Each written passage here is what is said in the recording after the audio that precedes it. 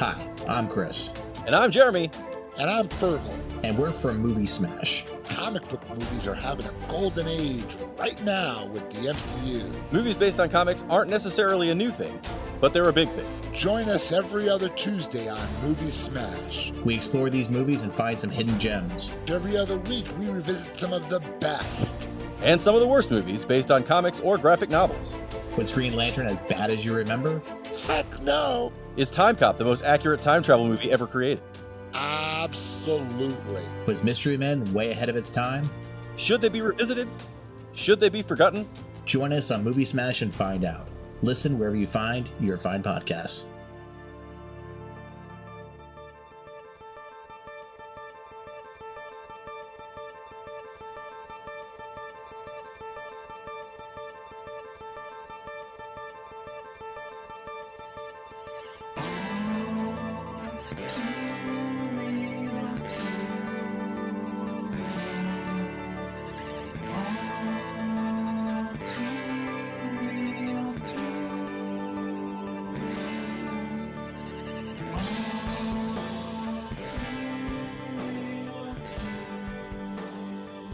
Okay, everybody, welcome to the latest episode of All2ReelToo. My name is Michael E. Cullen II, and with me, as always, is Sesame. He's playing for the bad guys in Carta. That's a good name. Good name. Thanks. Indeed. Thanks. And today we brought in reinforcements here to talk about the greatest sequel in comedy history since Police Academy Mission to Moscow. And yeah, we brought in Ryan Moore from Newrealms Media. How's it going, Ryan? It's going good. I'm having a birthday recovery right now. Well, happy birthday to you. So tell our listeners just a little bit about yourself before we get started. I'm Ryan Moore. I'm a photographer and video essayist on YouTube. I recently put out a video that got a lot of attention from Nazis about why Rachel Zegler doesn't deserve the hate she's getting. And I also do short form reviews on YouTube on movies, and I'm here talking with you guys today. Awesome. Yeah. We'll put links to all of your stuff in the show notes here for people to check you out. So today, which you can probably tell from the title of this episode, we are covering the 2025 Netflix film Happy Gilmore 2, a sequel to the 1996 film. Was it 96? I think so. Yeah. So the short synopsis on the Internet Movie Database is revisit Happy Gilmore's golf career after his win in the tour championship. That is like the worst synopsis I've ever heard. I saw that and I was like, really? That's the best you guys could come up with? Yeah. This was directed by Kyle Newacek, who directed Game Over Man. Also, no, he was the producer of that. He didn't direct it.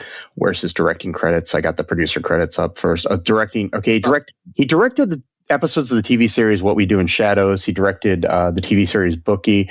He also directed the Adam Sandler film Murder Mystery. So this is a guy who's going to just shut the fuck up and do as he's told. I kind of figured that. Yeah. I mean, he did direct an episode, 2 episodes of Community, which is a good show. Both during season 3, so they were still during a halfway decent season. So, anyways, and he also directed the Childish Gambino music video for Heartbeat, which is like one of my favorite Childish Gambino songs. Oh, right on. So that's interesting. Yeah. So, anyways, this was written by Tim Herlihy and Adam Sandler, writers of the first film. Tim Herlihy, his son also appears. Martin Herlihy from Please Don't Destroy also appears in the movie. So there's a lot of nepotism in this movie, just letting you know up front. Yeah. Of course, we got Adam Sandler as Happy Gilmore. We've got Julie Bowen as Virginia, kinda. We've got Christopher McDonald as Shooter McGavin, Benny Safdie as Frank Manatee, Ben Stiller as Hal L., Bad Bunny as Oscar, John Daly as John Daly, Dennis Dugan as Doug Thompson, Haley Joel Osment as Billy Jenkins, Lavelle Crawford as Slim Peterson, Sadie Sandler as Charlotte, Jackie Sandler as Monica, and Sunny Sandler as Vienna. And then a bunch of other people. If I keep going, we're gonna be here forever. This is like the biggest cast since, I don't know, like some Cecil B. DeMille movie back in the early days of cinema, you know? So, yeah. So initial thoughts here. Either one of you guys can start. Whoever feels like it. Okay, so straight away, I love the first Happy Gilmore. I adore that movie. To me, that was the film that made him a household name. I wasn't even a fan of Adam Sandler until I watched Happy Gilmore, because I was a really religious Saturday Night Live watcher as a kid. And when I watched Happy Gilmore, I was like, I got it immediately. Became his biggest fan. And then I watched Billy Madison, and then there was Big Daddy and all those, and The Wedding Singer, all those great movies. And to put it like this, I don't know if you guys have your own little spiel or not. Happy Gilmore was a film made by someone who had something to prove. He was famously fired from Saturday Night Live. Happy Gilmore 2 was made by someone who brags about all the people he's friends with. Yeah, that's it. It's like he's not hungry anymore, and that happens to a lot of artists. Actually, once they have success, it's really hard to keep the fire going. And apparently, with Adam Sandler, it's very, very hard to keep the fire going. Because, like you said, I mean, like a strain of great movies, like Happy Gilmore, Wedding Singer, Big Daddy. I mean, all of these happened within like a 4-year time period, like, you know, and then the Netflix era comes, and you know, there you go. Yeah, I mean, he has done some good movies in the last like 20 years, but they're few and far between. I mean, like, you know, Punch Drunk Love or Reign Over Me, or, you know, Uncut Gems and stuff like that. I think he's a better dramatic actor now than he is a comedian. But that's just my feeling. It's like I said when I had you guys on for Spoiler Alert. He has 2 films in the Criterion Collection. Yeah.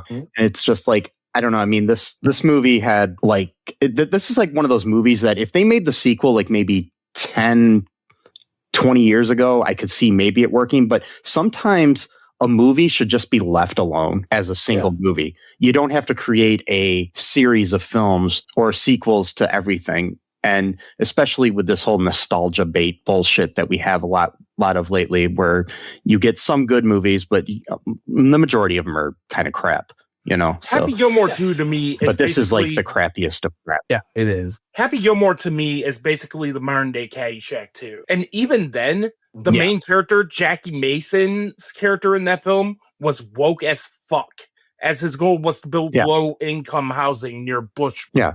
Honestly, I would rather watch Caddyshack 2 than this again. Yeah, me too, because at least Chevy Chase in that movie is not giving any of the fucks. Yeah, and I mean, it's a horrible movie, but it's like at least kind of so bad it's good.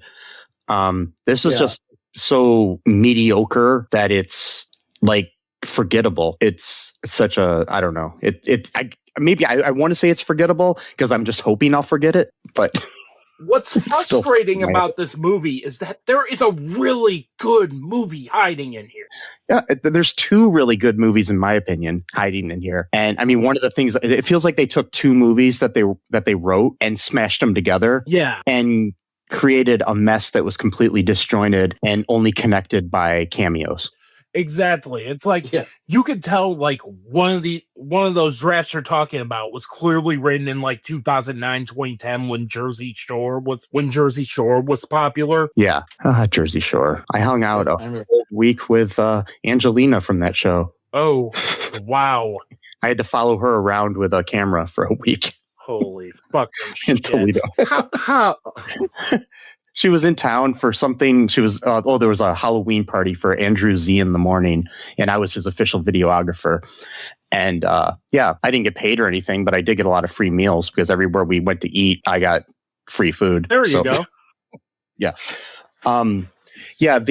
So anyways, it does feel like a early 2000s, maybe 2010s sort of film in there, but also like, You've also got like what could have been a heartfelt movie in here, but I don't know. It's just like the last thing I ever wanted to see when I saw the original Happy Gilmore was Happy Gilmore end up being a drunk widow who fridges his fucking wife for lulz. Yeah. It's like, hey, we'll kill her. I mean, the thing is like I've seen some arguments online where people are like, oh, in the original movie, his dad got killed by a hockey puck, so it's kind of similar. And it's like, no, it's not. Yeah. That's the point. I have to. It's not, because we didn't know who the fuck his dad was. Yeah. We know who Virginia is from the first movie. Exactly. I mean, you might as well should have ended that scene with him like going back to his apartment and like trying to find like the corpse of the old Asian lady he had sex with in the first movie. Like, oh, you get it? It's like this person was in the movie. Oh, that person was here. Oh, this person had a son and he's in the movie too. It's just like, okay, we get it. It's fine. But can we actually have a movie here? So do we want to talk our way through the movie, or just our thoughts? What are you guys feeling? Because I'm good either way. I feel a bit of both. Because Yeah. let's continue on that, because it's one thing to kill off a crucial character. It's another play it off for lulz. Yeah. Compare this to Deadpool 2, where Vanessa's death was treated with actual weight and pathos. And everybody was like, oh, she was totally fresh. Vanessa still drives the narrative of that film. Mm-hmm. Yeah. Virginia does not in Happy Gilmore 2. It's more Sonny Sandler's Vienna who's driving the narrative of the film. Yeah, and it's like there was absolutely no point in killing her. I mean, I know it's like you're inciting incident or something, but the thing is, if like somehow like what I would have done to make it somewhat a little bit more something you could handle is maybe he can hit her in the head still. She goes into a coma, and Happy stops, playing golf, and he needs money to for some kind of miracle surgery that's going to get her out of the coma. Yeah, that would have been a better movie. But honestly, the other inciting incident is the fact that he needs to pay for his daughter to go to ballet school, which, I mean, whatever, that's cool, but it's not as big of a stake as losing his grandma's house in the first movie. Exactly. Yeah. There's no stakes there. Yeah. It's like if she doesn't, I mean, sure, it's sad if she can't go to the school she wants to, but it's not going to she's not going to live on the streets or die if she doesn't go to Paris for ballet school. Right. Exactly. And that's not much of a conflict. Mm-hmm. You have compare that to Happy Gilmore, where he really does love his grandma. He wants a house, and Shooter McGavin is obsessed with just buying his grandma's house out of spite. That to me is far more of an interesting angle than just, we gotta find some sort of conflict. I don't know. Vienna needs to go to ballet school. Okay. And then and then halfway through the movie, they even almost forget about that. And they bring it up in dialogue later, like, oh, yeah, maybe we can do both when the other conflict comes in. It's just like... And that also makes Virginia look bad in hindsight. You mean to tell me that Virginia and Happy didn't set aside money for their children to go to college? Yeah, and right. I mean, she was supposedly handling all of the finances. My thing is, it's like most like professional athletes, and Happy Gilmore is basically up there with Tiger Woods and golf. You think he would have had like a business manager or something that could someone like that. Again, that was also plot armor because they couldn't figure out how to make a good movie. They're like, actually it's the wife that did the finances at their multimillionaires. Again, you hire again, going back to fucking Deadpool 2, where when that came out and everybody was up in arms about that, I was like, no, you guys are fucking wrong about this. She was not fridged. She's still driving the narrative. And it just frustrates me to hear pretentious film snobs say shit like that about Deadpool 2. And then you have Happy Gilmore 2 doing the exact same thing they accused Deadpool 2 of doing. And there's a lot of these people who are like out there now saying like, oh, if you didn't like Happy Gilmore 2, you don't understand comedy. Oh, what? No, okay. No, I actually read that today, and I'm like, no, I understand comedy. Or like, you don't know what funny is. And I was like, comedy is subjective.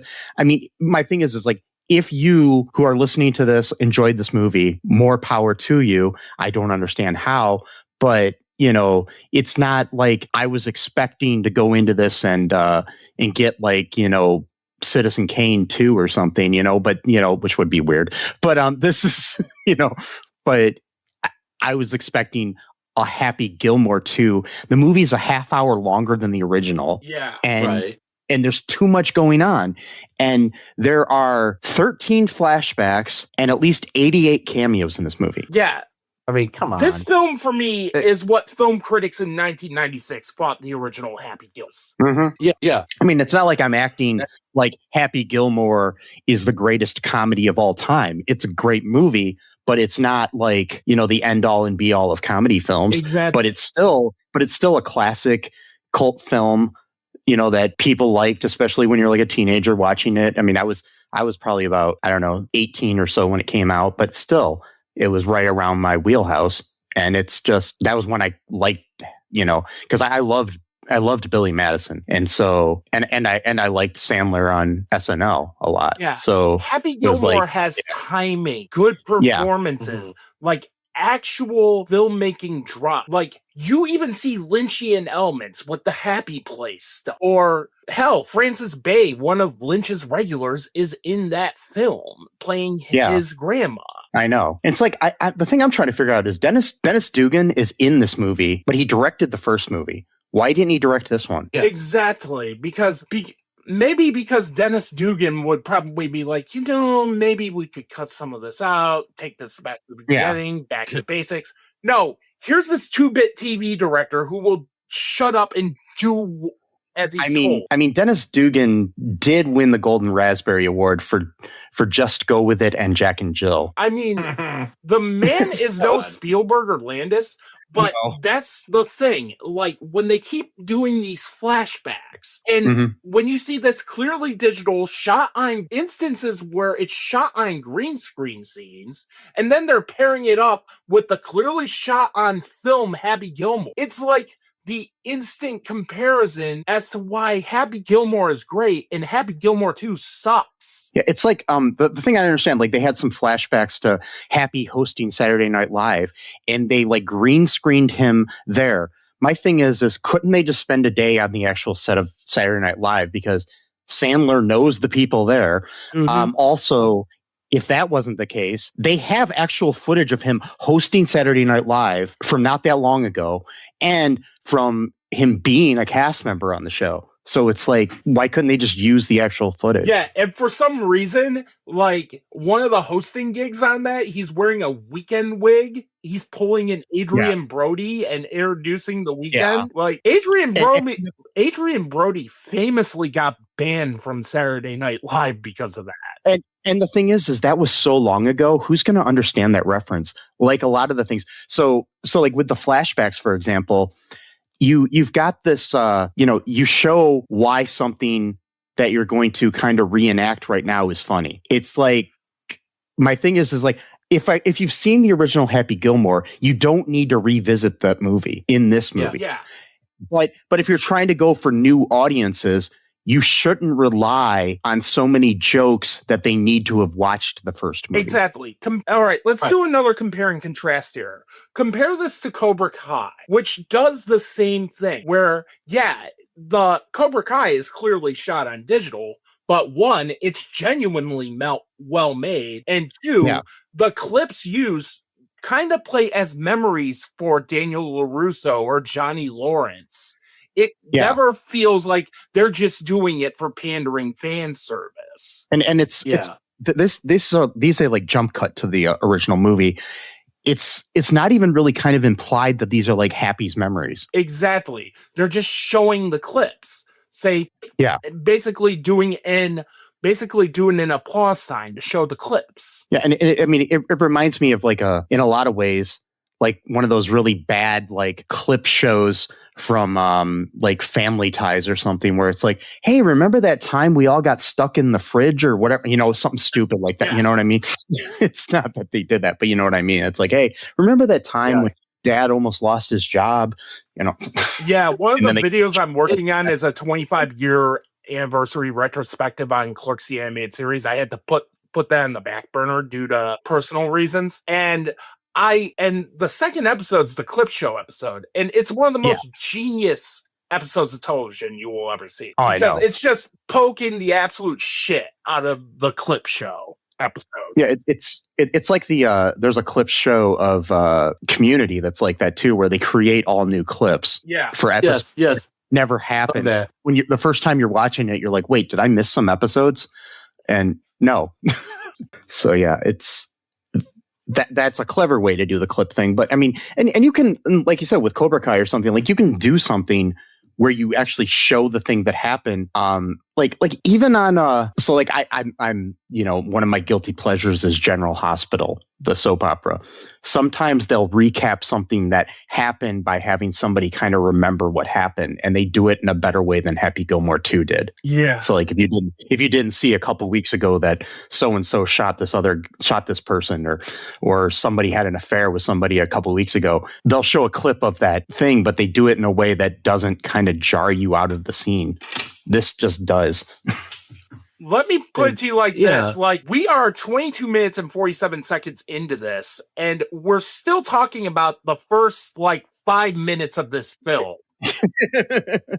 Because of how bad. Okay, so basically, our villain is this douchebag dude who wants to create, a new version of golf that's more exciting. Pretty much like what you would think Happy Gilmore would like, because in the first movie he's denigrating golf as a sophisticated sport and making it stupid or whatever. Yeah, it's like the XFL of golf or something. Yeah, it's basically like the TikTokification and Mr. Beastification of golf. Yeah, I mean, literally, that's a great point. It literally reminds me of some of the dumb sets that he uses for his dumbass videos. And so he wants Happy to basically be the face of his new league. And we have this great ongoing joke that's mentioned 75 times about how bad this guy's breath is. And it's okay, we get it. Cool, bad breath. Do we need to run the course on that thing? And he throws him into a lobster tank at the store he works at because he doesn't want to. He co-directed Good Time and Uncut Gems. I know, Benny Safdie.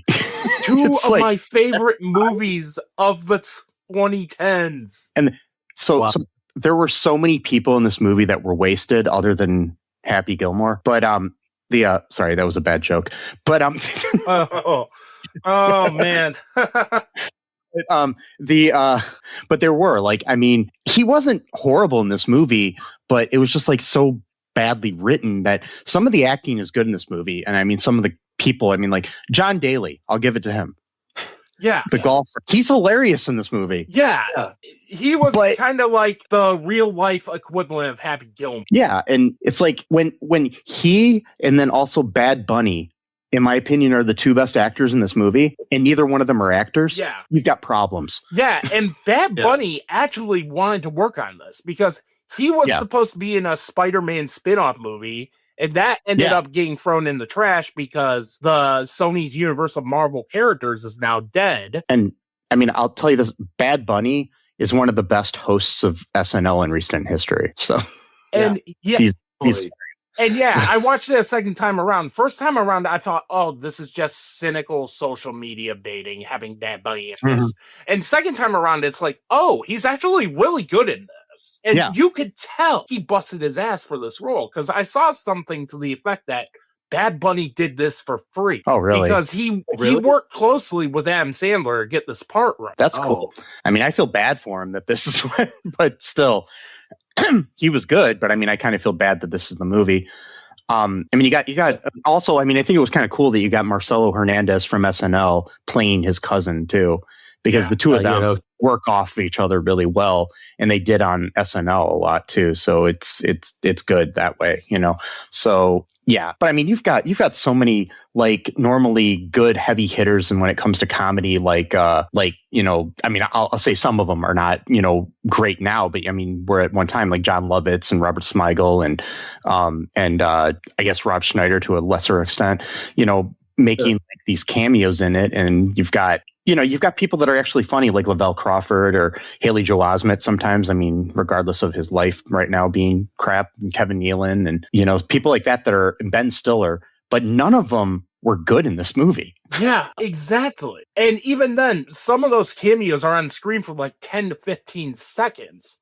Like John Lovitz and Kevin Nealon. Kevin Nealon is just in there because we needed to do the suck my white ass line again because first movie.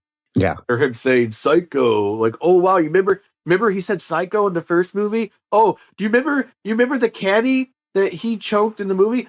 guess what? He's a golfer now. Oh, you know the guy who said jackass? He has a son, and it's Eminem somehow. And he's saying jackass. Oh, you know the big tall guy with the nail in his head? He has a son, and he's in the movie too. It's like, okay, like, so are we having a movie, or are we just having people showing up? Like, it's like this movie is so full of member berries. J.J. Abrams is taking notes. Yeah, it is. No, seriously, it's just so, it's like patronizing, but in such a stupid way.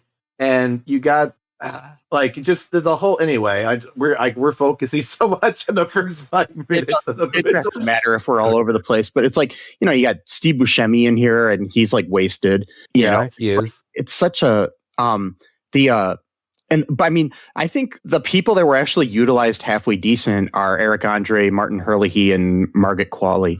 Yeah. You know, their scene was actually, I was actually watching that. I was like, okay, maybe this movie isn't that bad. Right. And then, of course, you know, and then that scene ran too long, and then the whole like golf cart hitting it, and then he has to go to AA's shit. That was just like, okay, this is stupid. Yeah. So And then as the scene starts off, it was one of the kids who couldn't be older than 30 is like, who was that? Grizzly Adams? It's another, remember the first movie? Ass fucking line. Because and it's like, exactly. Who that's 30 years old even knows who the fuck Grizzly Adams is? Exactly. Right. I didn't know who he was. I was 12 or 13 when the movie came out. You know? Yeah. It's like Grizzly Adams was a fucking TV show from like the 60s or 70s. It's like, yeah. But I mean, so some of those people's parents probably weren't even born when they said, you know, it's. But going back to what we were talking about with that scene with Eric Andre and Margaret Qualley, it's one of the very, very few times this film works and feels like a Happy Gilmore sequel. Yeah. Because I just love the chemistry of those four people together. And I love that we see Happy Gilmore struggle to be Happy Gilmore in this scene. He's rusty. He's resorted to playing with rookie people who are better than him. Right. And so, okay, like one thing that bothers me about this movie too, it's like a really weird nitpick. So golfer Will Zalatoris plays himself, a fictionalized version of himself, who is supposedly the caddy that Happy had in the first movie. The main problem with that is he was born right after the first movie came out. Yeah. It's like the guy's like 28 or something. It's just like, what the fuck? And it just doesn't work. What's that? It's not even the same actor from the caddy from the. No, the other actor is some actor in Canada who's now like a scientist or something. I looked him up just because I was curious. Yeah. Okay. And then with that seed, like Happy Gilmore's so drunk he crashes into the cart with Margaret Qualley and Eric Andre. Like, right. And keep in mind, Margaret Qualley was in a Best Picture nominated film this year. Yeah. I mean, you have her and Benny Safdie in the same movie, and they're both like too good for this. I felt she should have been a way more important character. Maybe she should have played one of his daughters. Exactly. I mean, his daughter. I mean, his other daughter's in the movie, not playing his daughter. And, you know, they make stupid jokes like, oh, you remind me of my dad. And it's like, okay, we get it. And then she looks too much like his daughter in the movie for us to not realize that, you know, why is there a girl at his AA meetings that looks just like his daughter? Exactly. Oh, Jesus. Oh, yeah. There is. Oh, go ahead. Now we got to get to Hal, who's running the rehab. Because we got to have him in here because first movie. Yeah. Mm-hmm. And it really feels like Ben Stiller's like way over the top in this. Like more so than the first movie. Yeah. And this isn't the first time he's played this role since, because he's in Hubie Halloween reprising the role. Yeah. And I really don't like Hal in this. Like, they decide to take him in a different direction when this should have been the same character from the first movie. Like, I mean, he was an asshole in the first movie, but this is like different asshole. Yeah, like he's asking Sadie Sandler to wash his car. I mean, the first movie he was running a sweatshop, but still, yeah, at the nursing home or whatever. So yeah, it's like, yeah, but I don't know. It's just. There is one scene note that I do like with Shooter McGavin. I think his character was one of the saving graces of the movie, but even then, he was not utilized very great, but he's in a mental asylum and he's reading The Shining and he's laughing. He's like, this guy's losing it. I just love that. Yeah. That was kind of funny. I mean, the thing is, it's how they present him in this movie. Yeah. Because they present him as purely an antagonist when he first shows up. Mm-hmm. Yeah. Because he's in a mental institution for 29 years because of Happy Gilmore. Yeah. I don't know. Christopher McDonald is a great actor. He's hilarious. And I mean, he gets the character really well, but it's like they could have like done something better with Shooter in this movie. Yeah. How are you going to have an insane Shooter McGavin and then have him be the good guy? Yeah. It's like they fight in that graveyard where everybody who died in the first movie happens to be buried. Yeah. For some reason, what are the chances? So ham-fisted. And yeah, it's like, again, it's just like, because you're thinking like, oh, okay, he got broken out or got paid out of the mental asylum. He's going to sign up with the new golf guys. It's going to be the opposite, because in the first movie, Shooter was like the straight edge golfer and Happy was the guy who's like changing the system. And then now Shooter's going to be the guy to play for the weird golfers and Happy's going to play. But no, we're not going to do that. We're just going to have Shooter be on Happy's side and be a sidekick base. Okay. It's like if, in like a sequel to Halloween, all of a sudden Laurie and Michael are best friends. Exactly. It's just right. I don't know, man. There's so many things they could have done. What always gets me too is there's got to be like a lot of yes men going on, because if people like us can clearly see, and it's not just us, probably millions of other people doing the same kind of podcast right now, talking about the same thing, how we could come up with all these much better ideas than they do, but yet we're not the ones making the movies. They are, and obviously they suck. And so it's like, I've in the past complained when people are like, man, I don't like this movie. They ruined my childhood with this sequel, and they didn't do what I wanted them to. And I understand that, because sometimes you have a certain idea, but I've always been clear on the fact that it doesn't ruin your childhood, but this might actually have ruined my teenage years. I think it does too. Yeah. I think it does. I really do think this exception to the rule is because it's not because it went woke or whatever people complain about. That's usually when they complain of this, because there's a woman in the movie now or whatever. This is because the movie just objectively sucks. Yeah. And it ruined the plot of the first movie. It truly did, because you got a depressed Happy Gilmore, who's an alcoholic now, who, of course, they got to make this funny little gag where he's hiding his drinks, the little trinkets, and like, yo, he's at work and he's drinking out of a cucumber. That's not he's funny. That's depressing. Yeah, it's stupid.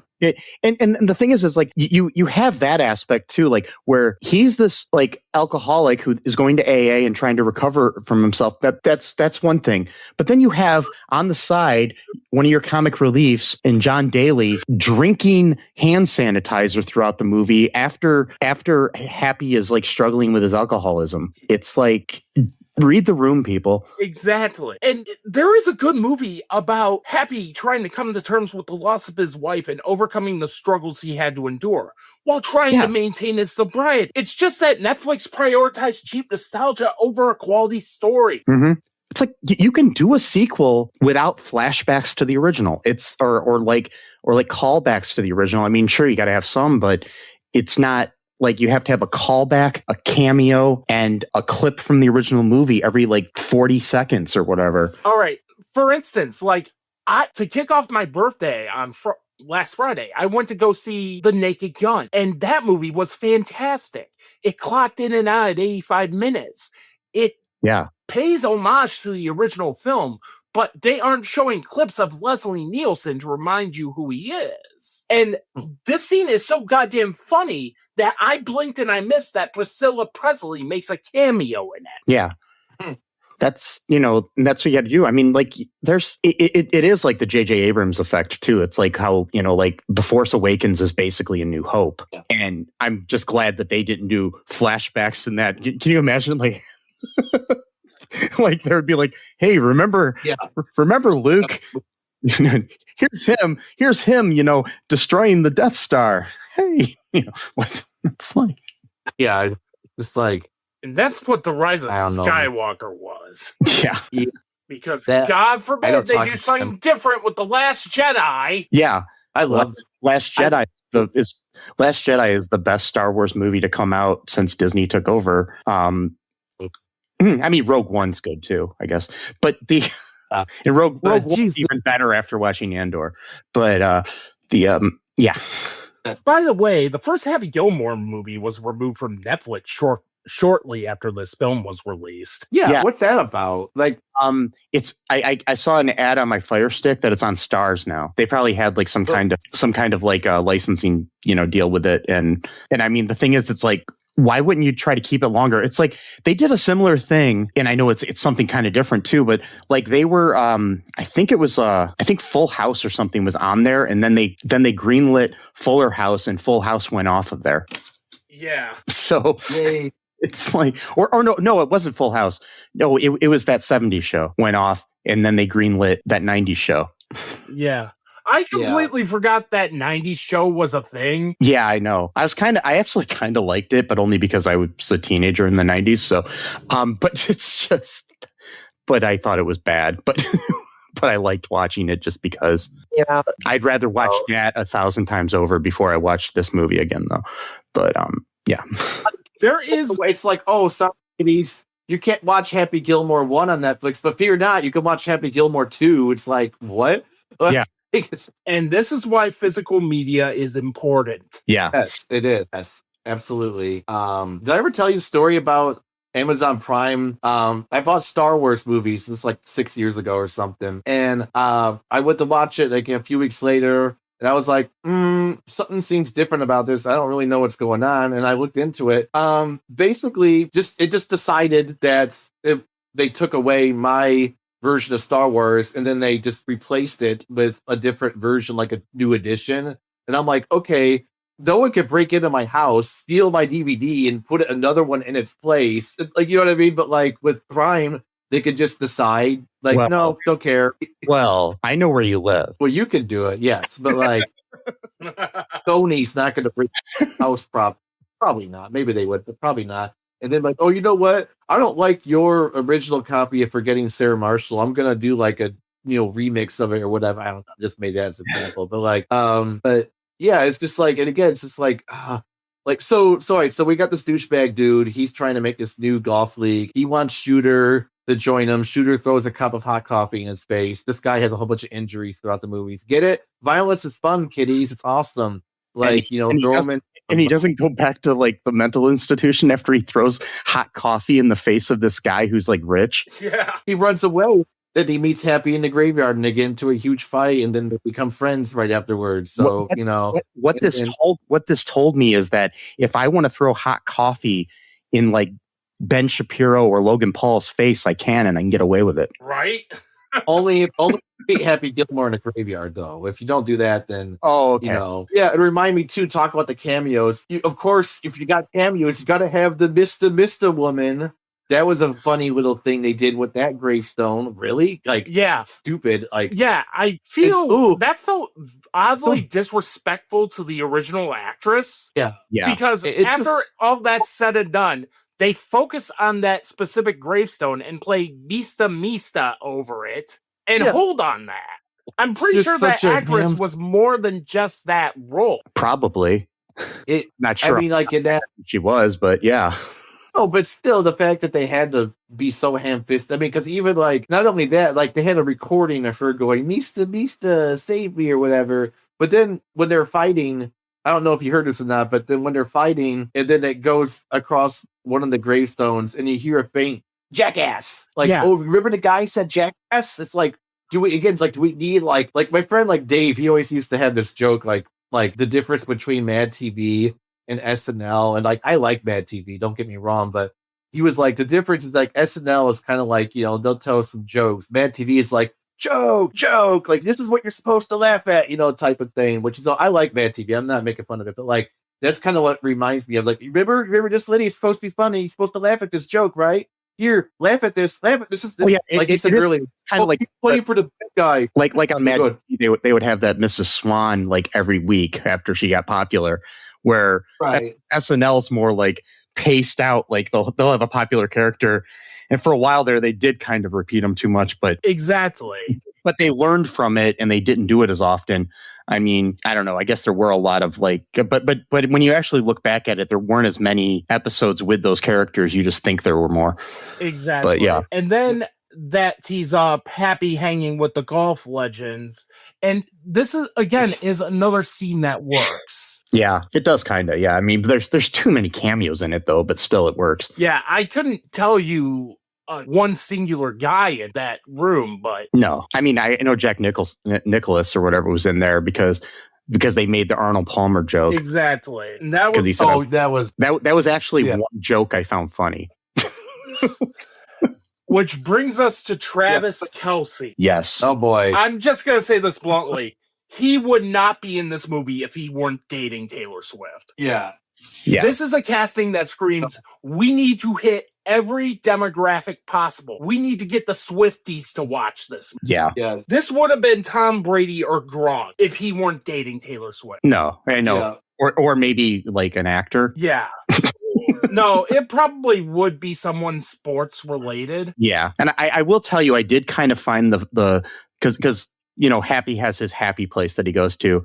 And when they had Bad Bunny's character go to his happy place, I kind of found that like a little bit funny. Yeah. Where he's like, but then again, I never really wanted to see Travis Kelce with his shirt off being doused in honey. Yeah. And apparently they lifted that from the movie Heavyweights. Really? Yeah. That's right. Yeah, I read about that. They lifted that from the movie Heavyweights. Which is a Ben Stiller movie. Exactly. So. Which and good another movie, scene actually, that kind of works is the age-appropriate happy place. Because the first one is, okay, we're going to do the first one, but then Julie Bowen comes out and is like, oh, you had me with 2 pictures of Moosehead. And she's trying to they're trying to lampshade the fact that they just straight up fridged her like 5 minutes ago prior to that. Yeah, it's like, I don't know. It's there's I can't remember what I was just gonna say. It's so bad. It's so hard. But then you have, and it's clearly shot on a green screen, like because you have like this you have this film, you have this scene shot on 35mm film, and then out comes Julie Bowen, and it looks like it's shot on digital after the fact. And the thing is, there was one other scene that I know wasn't on green screen because I know they were actually in that Stop and Shop or whatever, or Stop and Go grocery store that he worked at. But the lighting was so bad, it made it look like it was on green screen. Yeah. But going back to what I said, the age-appropriate happy place works until Rob Schneider shows up saying, you can do it, because the water boy. Yeah. I hate that guy so much. Plus, that's not even a Happy Gilmore reference. But now we're just throwing references from other Adam Sandler movies into Happy Gilmore. Like, what? Like, I hate Rob Schneider for one. Not funny whatsoever. But no, it's like he career without Adam Sandler. Speaking of overused Saturday Night Live characters, his stupid copy guy or whatever. Yeah, making copies. Fucking stupid. I have a without Adam Sandler, so he has to debase himself by doing these bit roles. Like, you can do it. It's like, dude, you were in Waterboy almost 30 years ago, and you did one line, and like that has like let you skate by for the rest of your career. And you have the audacity to be like, I'm going to be a martyr for free speech. I don't care about my career. It's like, dude, you have no career. You said you could do it one time 30 years ago. Exactly. And then you made that. So shut the fuck up about you like being like a martyr for free speech. Like, I'm gonna stay true to my values. Okay, cool. Go ahead with that. And make Waterboy Part 4 or some bullshit where you're like, geriatric going, you can do it. He should just make a movie called You Can Do It, and it's just his character, and all of his lines are just "You can do it." It's like, I mean, that's it. Yeah, that's the whole movie. Yeah, and then he like falls into an alligator pit at the end or something. I don't know. And then it'll be released, and we'll have people much like this movie who will say, "Oh, you didn't understand it. It's like comic genius." Yeah. No, I understand comedy, and I know that this movie sucks. And even if it didn't suck, which it does, it's like, that's the other thing too, is like, I notice, especially from like these, anti-wokesters, it's like, if you don't think something's funny, it's automatically because you're a PC liberal. It's like, or I could just not think something's funny that you think it's funny. That's also a possibility. Like, Exactly. It's like you find something funny that's funny. It's like people are like, oh, you don't find it funny because there are conservative people involved in it, you know, because like Adam Sandler's a conservative, and it's like, yeah, and it's like, I think Kelsey Grammer's hilarious on Frasier. Exactly. He's one of the biggest, you know, it's like, I don't base my, you know, thing. I mean, it's like, I think Mel Gibson is a good actor, even though he's a horrible person. Exactly. So, he's a great filmmaker. Like, yeah. And even then, with the Sydney Sweeney shit going on right now, it's like, I think that's more an American Eagle, not Sydney Sweeney. Exactly. Like, fight the real enemy here. Like, Sydney Sweeney did not write that's commercial script. No. And on another like current topic that is kind of related to this, where it's based on nostalgia.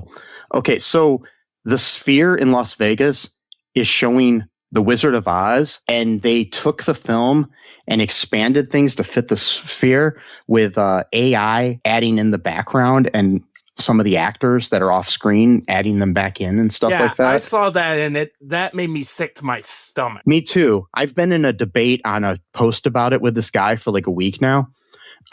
Oh boy.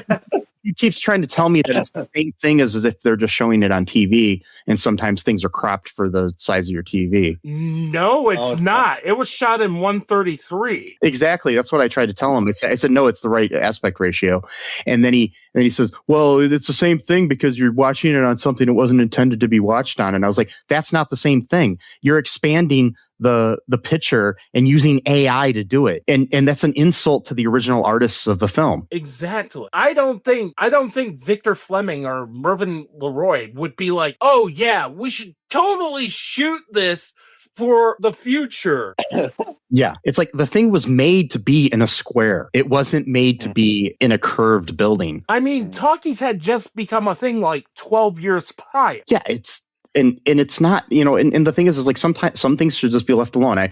I'm waiting for them to do like, you know, some other classics like this. I mean, can't wait for like Citizen Kane or Gone with the Wind on that big screen or something stupid, you know. It's like, I mean, they're adding like 4D type elements to it, which I'm like, that's cool.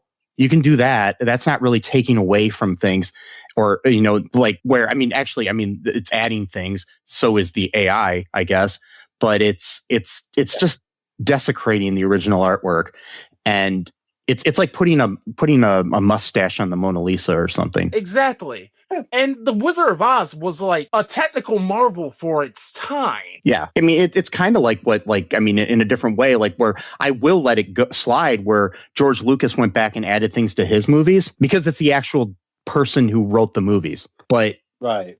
I still didn't like some of the things that he did, but it's like I'll let that slide. But you know, if like Victor Fleming rose from the grave and said, yeah, I want them to add in things with this new AI thing I just heard about, you know. Exactly. Right. Yeah. But yeah, but this movie kind of reminds me of that concept, though. It's like you're taking something that was kind of sacred when it comes to like cult comedy and just shitting all over it. Yeah. All right. Speaking of which, Haley Joel Osment as Billy. Yeah. Because Happy Gilmore is playing a game on Mother's Day because the film establishes that's when Virginia dies. Yeah. Oh, okay. And Happy Gilmore's completely off his game, and he drinks again in the bathroom. Yeah, and I mean, speaking of Mel Gibson, I mean, Haley Joel Osment recently pulled a Mel Gibson. Oh wow! Yeah, because in April he was arrested at a ski resort for public intoxication and possession of controlled substance, which later was confirmed to be cocaine. And while under arrest, he was captured on police body cameras using slurs against Jewish people towards his arresting officer. Oh boy! Oh my god! Literally, that's such Mel a Gibson. thing. Like what I don't understand about that, it's like all prejudice is bad, but what I don't understand about that is like there is no stereotype of Jews being cops, so it's a very weird. You know what I mean? Like it's a very weird thing. You know what I'm saying? Like because like you would say something like, "Oh, you're a lawyer, you Jewish, or you're an investment banker," but like cops, like that's a weird like. That just means that you're just like hate Jews so much. You just think anyone you don't like is Jewish. Like exactly. And I mean, after he filmed this movie, you know, I mean, this was like well after it. I'm sure this movie was filmed a while back, or at least months ago. But it's like he, with a famous Jewish man in Adam Sandler, it's like maybe working with Adam Sandler or turn him anti-Semitic. Sorry, I shouldn't say that. That's bad. Like, this movie was so fucking bad, man. Yeah, They made me humiliated. Okay, can we get in? Speaking of him, can we get into the whole thing about the hips? Oh God, I can't get over this. Oh, Because remember, it's all in the hips. It's all in the hips. Well, now we turn this up to 11. Pun intended, by the way, because now they're making Spinal Tap 2, which I'm also very worried about. Fuck Rob Reiner. Fuck Rob Reiner. It's like the equalification of everything. Everything's got to be a sequel or a trilogy for that matter. It's like, we were lucky to get a Star Wars trilogy. That was one of the first movies that actually had 3 movies. It was like, whoa, that's kind of crazy that they actually did. Now it's like, you have to have a trilogy. No matter what it is, it has to be a trilogy. If it's the worst movie of all time, doesn't matter. We're going to have Happy Gilmore 3. He's going to be in the old folks home at like 85 years old. And it's going to be like he has to pay for his daughter's, like, I don't know, some kind of like disease, some shit. And it's like going to be super depressing. And then you're going to have Rob in Las Vegas. Mm-hmm. Yes, exactly. But while that Mother's Day game is going on, like, this is apparently a tournament to have like the 5 best golfers play against the Maxi League or whatever. Yeah. And that's how it sets up the fact that there was the other guy who could do Happy's long drive because of a severed ligament from a go-kart accident. Yeah. And then, that was the original guy. The original guy. Yeah. Who ended up having a golf shoe shoved up his ass or something. No, and that wasn't the case. It was a go-kart accident. Yeah, that's what I'm saying. It was a go-kart accident. And they kept focusing on the fact that he had a golf shoe shoved up his ass with Shooter, thinking that's why. Shooter said that because, of course, it's funny, not really. So that's because, like, in the first movie, Happy, at first he's doing like long drive to make some extra cash. Well, this guy, that's pretty much all he did was just go from town to town. And it turned out it was because he got into a go-kart. And by the way, it's played by Nick Swardson. What's his name? Nick Swardson. Yeah, Nick Swardson he was in Grandma's Boy, which also has a lot of Adam Sandler friends in that movie as well. Another person who would have a career without Adam Sandler. Absolutely, exactly. But I do think he's decent sometimes. I do like Grandma's Boy. Yeah, I do too. I think that's a good movie. That's again another. I believe produced by Sandler, and it was directed by his friends and all that stuff. So, yeah. And it's still good. It's still funny. And it's at this point that Shooter McGavin now becomes the good guy. Yeah. Hey. Happy Gilmore maintains the status quo with the help of Shooter McGavin is not a good plot for the sequel. It's not. It would have been a good plot, like I mentioned earlier, is you reverse the roles. Because in first movie, Shooter, he's like, golf has to be very uptight, and Happy's the one that's like changing the game, and it really pisses him off. But in this movie, Shooter joins the Maxi League, while as Adam Sandler is trying to preserve. So that would have been a cool little switcheroo, right? No, can't do that for some reason. We have to make it, because that would still be a cliche. That would still be like, okay, but at least it's something. At least it's a idea. Other than like, no, let's set this up so he gets broken out of the mental asylum. Instead, he's got this weird obsession with pancakes for some reason. They never really say why. And then, like, I guess just like a funny little gag they decided to throw in there. And then he douses the dude with hot coffee. He runs away. Gets into the huge fight at the cemetery that pretty much has everyone they've ever met buried in this one cemetery for some. And then he joins their side, and they keep doing these gags of like, "Oh, I was the most successful golfer in the '90s." Everyone's side like, "Oh, you get it?" Because he's not the best one. Happy's the best one. Oh, Jesus, I'm sorry. I hate those fucking movies. I hate it so much. And then it's stupid. So good. I was just saying, and then they go to this new tournament where the Maxi guys are playing against that, and we find out that first off, Happy's original like conflict that he had to solve about his daughter's ballet thing was supposed to be solved by him winning the tournament, but right, but he loses, and because he gets drunk because of the Mother's Day thing, and he goes into the bar, and it's like. Not the bar. Into the bathroom and drinks out of his little hidden flask in his cell phone. How would that work? But anyways, this is being told by the the IRS guy from the first movie who is now a lawyer. Yeah. Of course. And of course, we gotta show the clip. We gotta show the clip of him getting thrown out because first movie. Yeah. Exactly. First movie. And you get it. And then, of course, they got to make the joke where they're like, oh, you became a lawyer because you want people to hate you less. God. It's such lowbrow. But again, there is lowbrow that good. Like the first movie.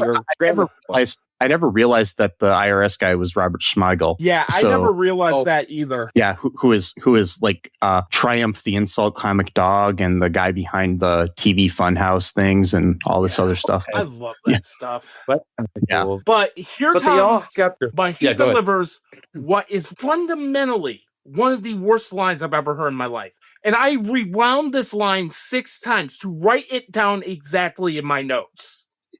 You came in 6th, but the winner, Billy Jenkins, opted out of the tour team because he's playing for the bad guys, so you made the team. The bad guys. He's playing for the bad guys is an actual line of dialogue being said in a movie. That does sound like something ChatGPT wrote. It's a fundamentally anti-art exposition dump.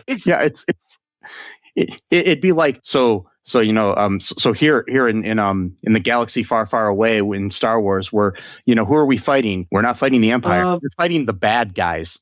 Like we're playing against the bad guys. I mean, oh Christ.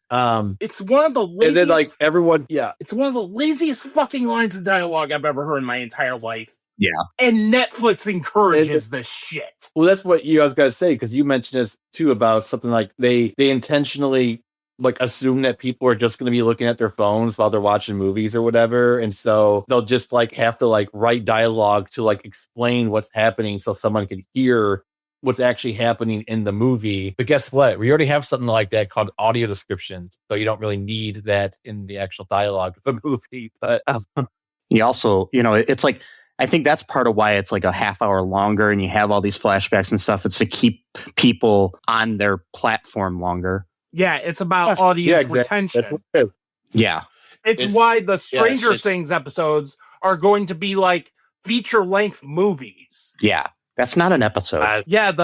And I'm so done with that show too. It's been so many years since it came out. I'm like, I don't want to be watching these kids when they're in their 30s. I don't know. Yeah, it's I really don't have time to block out 2.5 hours for 8 episodes of apparent television. Yeah. And it's they wait so long in between the things that you forget what happened in the last season that they're expecting you to go back and rewatch it or something. But who has time to rewatch the whole season again and then watch the new season or watch 4 seasons or whatever of the show before you watch the new season? I barely have time doing this. Yeah. Yeah, exactly. And the thing is, too, a lot of these shows I've noticed they don't have very much rewatchable quality to them. I would watch old shows a lot, but I've noticed with a lot of new shows, when it's on, you're really hyped up about it, but then you try to return to it and you're like, I don't really think it's that great of a show. Cobra Kai, that's definitely fine. I've watched that tons of times, over. But there's a lot of shows lately where it just seems like a lot of it's built on the hype of the current moment. This movie too is probably like that. Yeah, I mean it's not like Law and Order or Friends or something like that or Seinfeld or whatever that you can watch over and over again. Yeah, and still kind of get something from it or have it on in the background or whatever. But this I'm not gonna go, I don't know, rewatch Jessica Jones or something. It's there's certain shows. Yeah. It's whatever. Yeah. Even then, I fucking love the first season of Jessica Jones. It's one of my perfect seasons of television. I don't feel the need to revisit. No, it's right now I'm currently re-binging Criminal Minds, and it's fine with me. I mean, I've actually gone through the whole series 3 times already, and I'm watching it again. But I mean, not all back to back or anything, but over the years. But it's I can't do that with a lot of modern television. Yeah. Yeah. And so they all the bad guys team, they all get this surgery to separate their ligaments so they can move their hips better, so they can hit the ball far. This is literally the movie, guys. Doing surgery so you can hit the ball for what? Okay, and of course Chubb's son works at the golf thing that he took Happy to in because first movie, right? Because first movie. Yeah. So his son now works at the place, and he's always giving tips. The mini golf course. Yeah. Yeah. The mini golf course. So he gives tips to the kids and like how to do a certain move, and they have this heart-to-heart conversation about how he's sorry that he got his dad killed or whatever, blah blah blah.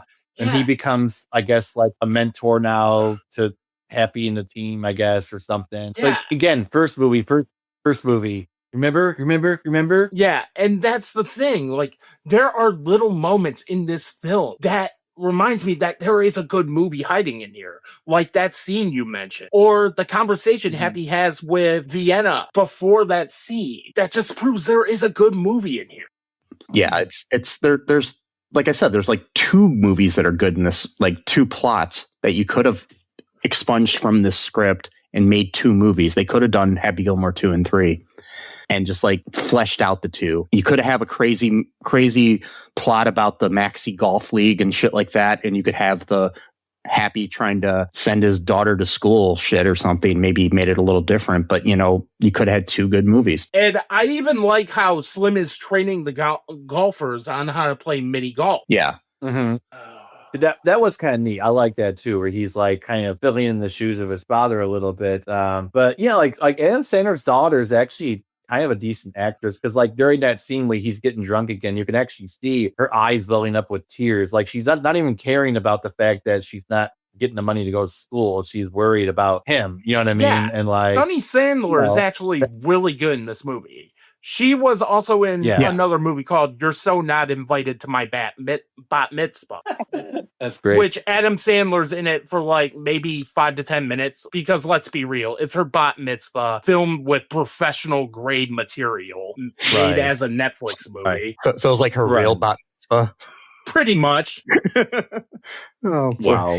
It's like My Super Sweet 16, but on Netflix or something, and made into a script or something. Exactly. Speaking of Caddyshack 2, we get to Maxi Golf. Yeah. Yep. Which is basically what happened in Caddyshack 2. Yep.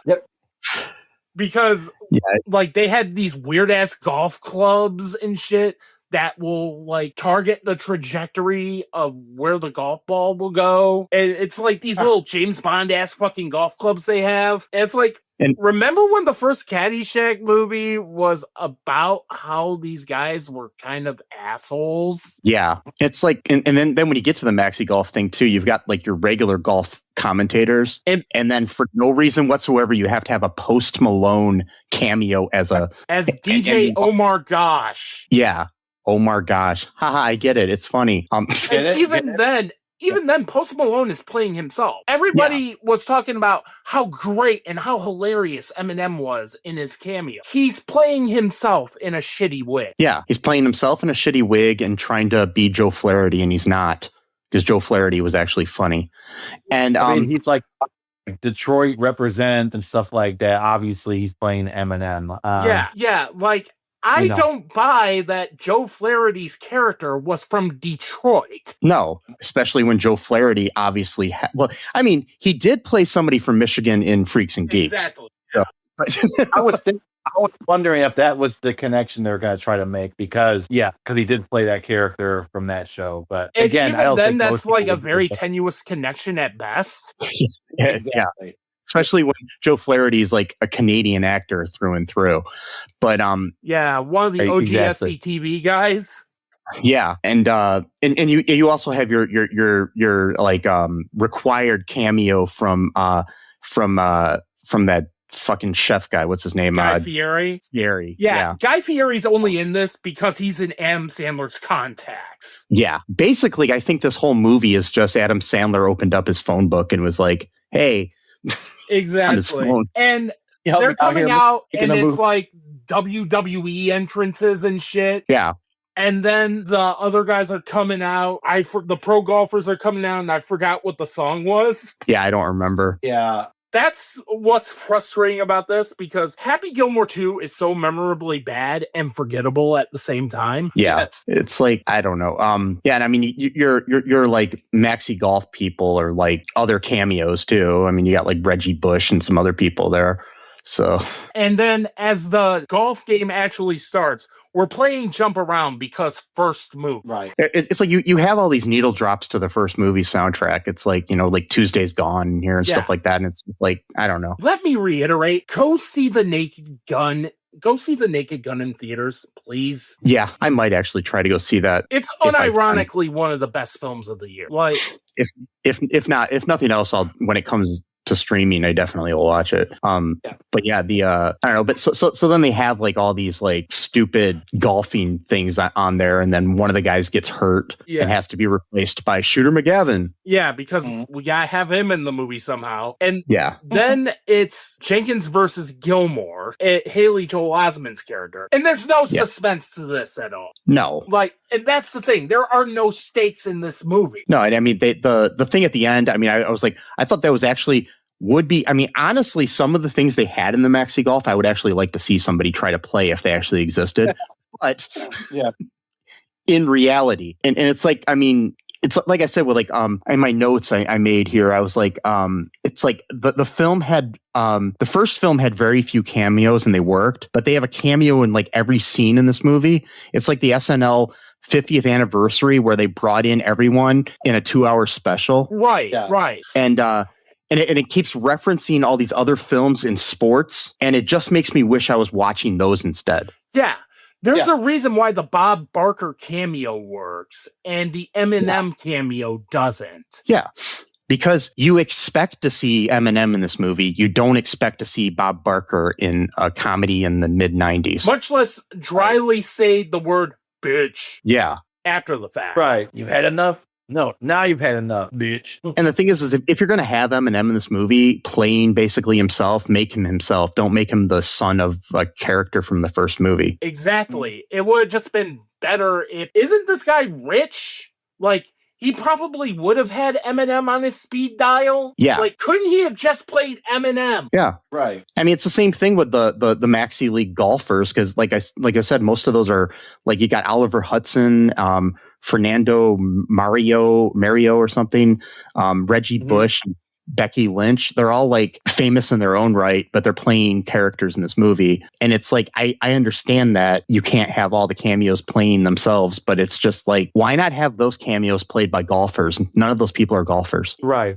Right. And but at the same time, I kind of feel that is the point. Yeah, I get it too, but it's also, or why not have them played by actors? I mean, all like of them actual actors, sports people, except for Oliver Hudson, who is an actual actor, but still, it's like. And this is where I feel Margaret Qualley and Eric Andre could have came in. Mm-hmm. Maybe they would have. They could have brought those characters back as the Maxi League. Exactly. Brought those three guys back, and then Haley Joel Osment's character, and maybe some other random character we ran into in the movie. And narratively, that would have worked. Yeah, except for we just get random people we hadn't seen before in the movie, just for the sake of having them in the movie. Exactly. And this was another blink and you miss it instance. But Margaret Qualley, Eric Andre, and Tim Hurley's son are in the movie, but they're wearing neck braces after the fact. Mm-hmm. And they're watching the thing. Yeah, Martin Hurley. Yeah. And then Happy Gilmore has to drive the ball, and then he sees Hal's face on it. And it just looks so ugly, the way they put Hal's face on the ball. Yeah. Yeah. And then they do someone went further because first move. Yep. And that, so, yeah, go ahead.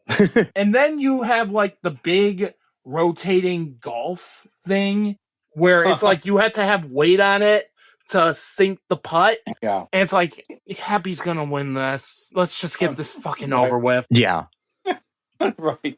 That dragged on way too long with him and Bad Bunny throwing the clubs to each other and shit. And then he tells Frank Manatee, Benny Sapp, like, okay, he basically wants his life back, his Rolls Royce, and a restaurant for Bad Bunny. and he Right. wants him to pay for the school, the ballet school for his daughter. Right. Something we had forgotten about for like a half hour or more of the movie. Yeah. And then you have one of the golf announcers quoting "Lose Yourself" because Eminem's in the movie. It's like, oh yeah, hey, remember Eminem from this movie? Like, Right? let's do a callback to this actual movie that we're in, on top of doing callbacks to the original movie. And then Frank Mante's trying to make it more challenging because the hole is now rotating very fast. Right. And Happy Gilmore sinks the ball. He wins. The golf ball goes in because Bad Bunny collapses. And everybody is happy that Happy maintained the status quo. Yep. What is our lesson? The lesson is that when you're hungry and broke, you rebel and you go against the status quo. And then once you get rich, you then become the status quo, but then it's celebrated as a good thing, and that you defeated the next up and comer who wants to be the version of yourself was in the past. But it's a good thing that you beat that person because you're rich now. Because I guess. capitalism. Exactly. Because capitalism and because first move. Yeah. I'm not even sure if there is. I honestly don't think there is a lesson in this movie at all. No. That's no lesson. And that's the problem with it. Like trying to find something about Happy Gilmore. It's just like Happy Gilmore 2. It's just like, oh my, there's nothing here. Yeah, it's like, so when we were talking here about Tim Herlihy's son, Martin Herlihy. So he's from Please Don't Destroy, which is on an SNL writing team, and little sketches on there and everything. So I'm just going to recommend this right now. If you want to see a better comedy, watch their movie, The Treasure of Foggy Mountain. It's stupid as hell, but it's funny. Mm-hmm. All right, I'll look into that. Yeah, it's dumb as hell. There are cameos in it, but not like they're referencing an older movie or anything. It's just a good movie. Don't expect, the funniest movie you've ever seen or anything, but it's a recent movie that's dumb that I would watch 1,000 times before this movie. Yeah. So I've come up with a new rating scale that I think I want to implement on All2ReelToo, if Sesame's okay and will allow me. I'm down. Okay, so the scale is, instead of a 1 to 5 or something like that, or a 1 to 4 or whatever, it's going to be a Larry the Cable Guy to 5. God. What do you rate this movie? Larry a Cable Guy, but like even beneath that somehow. Yeah, I think I'd rather watch a Larry the Cable Guy movie, honestly, but like 2, yeah, or something like that. Yeah. Is this Larry the Cable Guy to 5? Yeah, basically it's just Larry the Cable Guy is the worst it could possibly be. Yeah. Because he's been in 2 of the worst movies we've ever covered on this podcast. Oh, okay. So Yeah. in my instance, on Letterboxd, I ended up giving this a 1 out of 5. Okay, that would be I think that would be a Larry the Cable Guy. Oh, okay. In that case, Larry the Cable Guy out of 5. Yes. So I give it a negative Larry the Cable Guy. Oh. I say that Larry the Cable Guy's movies are better than this movie. So that's where I'm writing it. What about you, Sesame? You said about a 2? Not about a negative Larry the Cable Guy. A negative Larry the Cable Guy? Okay, cool. I seem to be the only one who gives it a positive Larry the Cable Guy. Yes. So Because one thing about this movie is that War of the Worlds 2025 did this movie so many fucking favors. that movie looks so horrible. Oh my god, it fucking is. I watched a YouTube review of it, and their opinion was everything I thought it would be based on the trailer. So yeah, I just recorded my Ryan Watches short for that. I'm gonna probably edit that and release it tomorrow. But my god, did I fucking hate that movie. Yeah, I mean, I've read that basically if you just want to look at a computer at a computer screen with people clicking things for like the length of a feature film, that's what it is. So yeah. And yeah, that's exactly what that is. Yeah, I mean, it was shot during COVID. Yeah, and I could tell. Yeah. So yeah, and but my thing is it was shot during COVID, but why did they wait like 5 years to release it, or 4 years or whatever? So it's like, I don't know. Oh, wow. Anyways, I think this movie was horrible, and I want my time back. I'm just wondering if I can sue Adam Sandler. No, I mean, it's No, That's My Boy, which is literally the worst movie I've ever seen in my entire life. I like That's My Boy better than this movie, and that's only because I like Andy Samberg. So. Not even Andy because we Samberg saw could save that for me. Yeah, I mean, it was a horrible movie, but yeah. Plus, I think it was the fact that it was worth the amount of money I paid to see it, which was nothing because I got free tickets from the radio station I was working at the time. So we saw it with you and your dad, and so yeah, Sesame saw it with me. So. And Happy Gilmore 2 isn't even worth the Netflix stream. No. It's not worth the subscription to Netflix or whatever people would pay, So yeah. It's not even worth me using Sesame's Netflix to watch it. But yeah. Oh wow. I hope he's not paying extra. No. Yeah. So yeah, let's if you could remind people where they can find you that have listened to this far here, Brian. You can find all my videos and spoiler alert on youtube.com/Newrealms Media. You can follow me on all my socials at Newrealms Media, all one word. And in the meantime, I'm going to be editing my next mini dive on K-pop Demon Hunter's first 9 minutes because man, that is such a great opening to a movie. Yes. We recently covered that. It's probably our last episode before this episode will air if I get this released at the time I want to. And both Sesame and I love that movie. So yeah, I did too. It's one of those movies that I know for a fact will probably be on my favorite films list at the end of the year. Probably at number 10 or number 9, but it will probably be up there. Yeah. I read that they might be making sequels. I don't know how, but yeah, they might be. So, because the original ended in a good way, and hopefully that if they do sequels, it's better than Happy Gilmore 2. Yes, and let's just hope Netflix doesn't completely control the narrative because Sony Pictures Animation released that. Yeah. I mean, it's, with Happy Gilmore, it's the whole Happy Madison, contract with Netflix that's kind of just destroying any credibility that Adam Sandler had to comedy. Yeah. But anyways, folks, hope you enjoyed this episode. You can find us at all2reeltoo.com. We've got all of our links to our social media and other things there. Our TeePublic and our Patreon. You can help support the show if you go to one of those. Share the show with your friends. Give us a comment or a 5-star review wherever you can do those types of things. Remember